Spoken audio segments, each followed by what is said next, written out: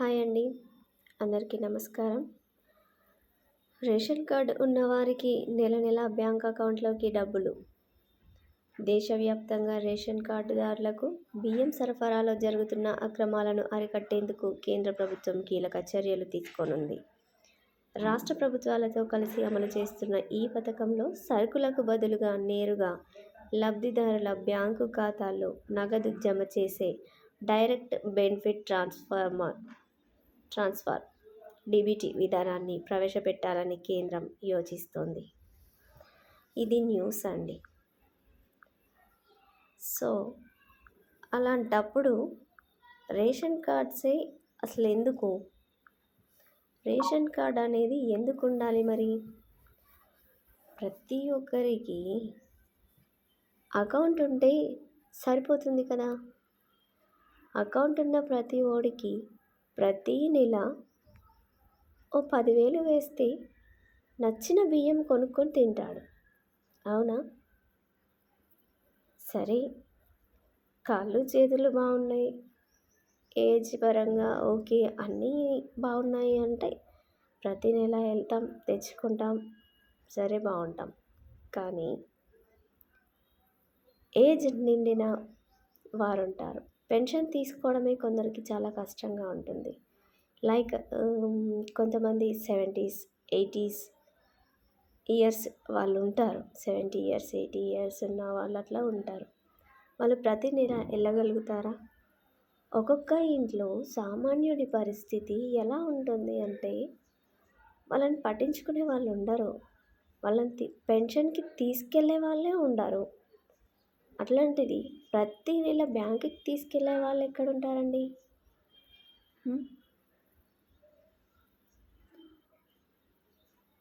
అట్లనే ఏ అప్లికేషన్ వచ్చినా కూడా, ఏ నోటిఫికేషన్ వచ్చినా అప్లికేషన్లో మాత్రం రేషన్ కార్డ్ ఎంట్రీ ఉండొద్దు. అకౌంట్ ఎంట్రీ మాత్రమే ఉండాలి. అకౌంట్ డీటెయిల్స్ మాత్రమే ఉండాలి. అంతే కదా. ఎందుకండి సామాన్యులను ఇబ్బంది పెట్టే పనులు చేస్తుంటారు? అర్థం కాకపోతేను. ఇప్పుడు నచ్చిన సరుకులు కొనుక్కోండి, నెల నెల అకౌంట్లో డబ్బులు వేస్తామని చెప్పి అంటున్నారు. ఆ తర్వాత నచ్చినవి కొందాము అంటే కూడా వాళ్ళు వేసిన డబ్బులు సరిపోవు. ఎందుకంటే ధరలు ఇప్పుడు ఆకాశాన్ని దాటి చంద్రమండలానికి వెళ్ళిపోయాయి. ఆ తర్వాత చంద్రమండలాన్ని దాటేసి ఇంకే గ్రహానికి వెళ్ళిపోతాయో కూడా తెలీదు మనకి. ఎప్పుడు ఏం జరుగుద్ది? మినట్కి చేంజ్ అవుతుందండి గవర్నమెంట్. స్టేట్లో కావచ్చు, సెంట్రల్లో కావచ్చు.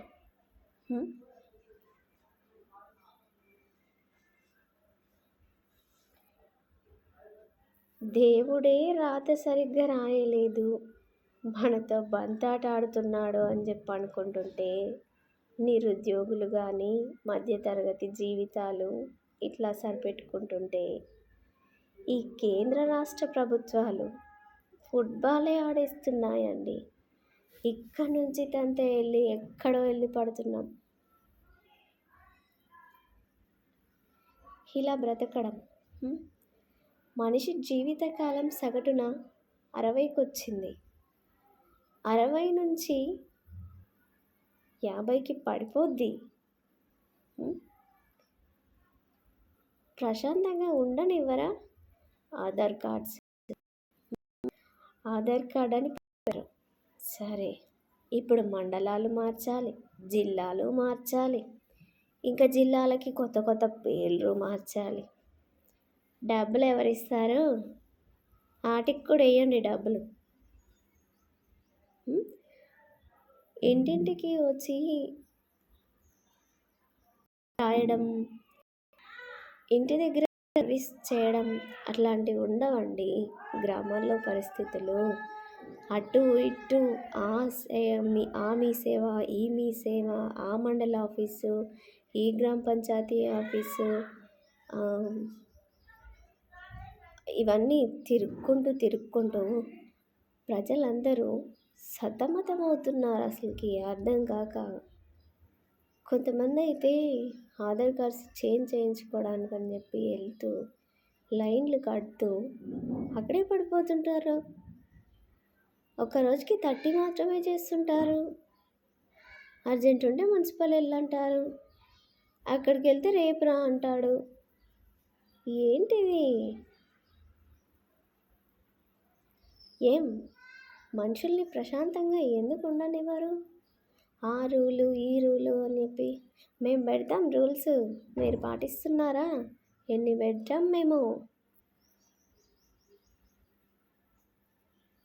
టీచర్స్ ఎంతమంది డిస్క్వాలిఫై అయ్యారు టెట్లో? ఏంటి? జాబ్ వచ్చేదాకా చదవాలి, జాబ్ వచ్చాక చదవాలి. ఇంకా మధ్యలో పిల్లలకి ఆడ చదువు చెప్పేది.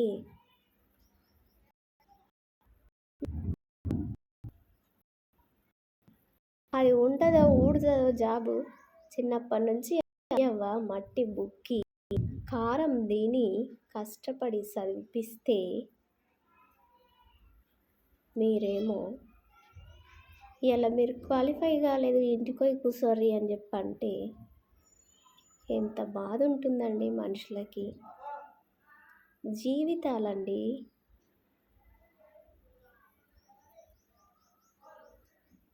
ఎందుకు ఇలా ఇదంతా చేస్తున్నారు?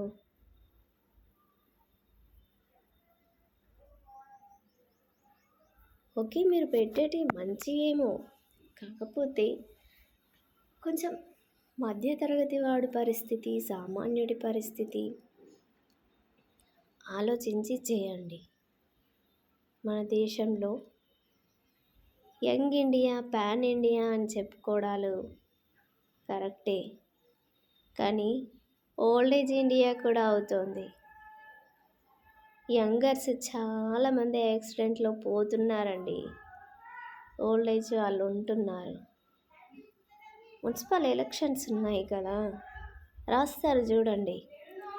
ఓటు హక్కును వినియోగించుకున్న వృద్ధురాలు 80 సంవత్సరాలు, ఓటు హక్కు వినియోగించుకున్న వృద్ధుడు 99 సంవత్సరాలు, ఇట్లాంటివి.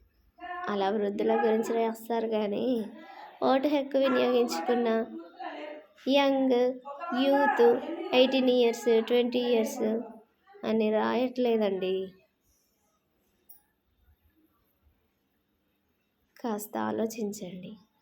మాకు డబ్బులు వద్దు, మాకు రేషన్ కార్డ్సే కావాలి.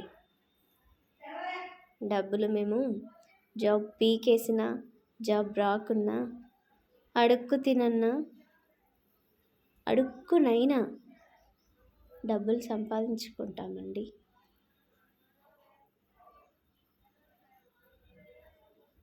బ్యాంకుల చుట్టూ తిరగాలి అంటే ఈ ఆఫీసర్ సంతకం, ఆ ఆఫీసర్ సంతకం, ఆ మేడం సంతకం, ఈ సార్ సంతకం, ఆడికి ఈడికి తిప్పి అందులోనే చక్కెర వచ్చి పడిపోతే ఓడి తీసుకుపోతాడు దవాఖానకు. కేంద్రంలోనే వాడ కూర్చొని చెప్పినావు, నువ్వు ఆ బ్యాంకుకి వచ్చి తీసుకుపోతావా దవాఖానలకు? నువ్వు నీ పథకాలు ఎవరిని అడిగి చేస్తారండి ఇవన్నీ మీరు?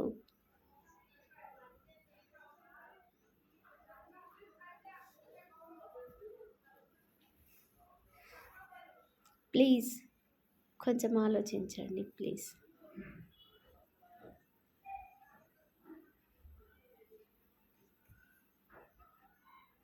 దయచేసి నిరుద్యోగులను కానీ సామాన్యులను కానీ ఇబ్బంది పెట్టే పనులు అస్సలు చేయకండి.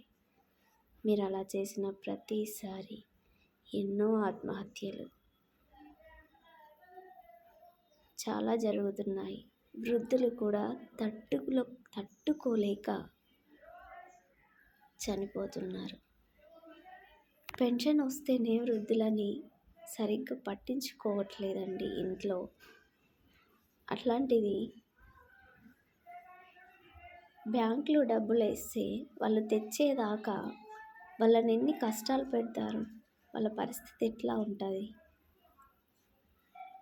ఒక్కసారి మధ్యతరగతి వాళ్ళ జీవితం ఆలోచించి రేషన్ కార్డు, బ్యాంకు అకౌంట్ అనేది నిర్ణయం మీరే తీసుకోండి.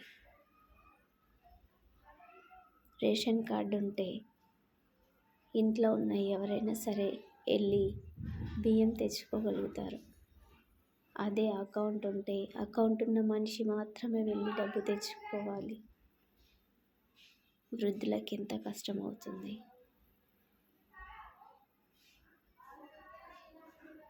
ఆలోచించండి ప్లీజ్. Thanks for watching. నచ్చితే సపోర్ట్ చేయండి.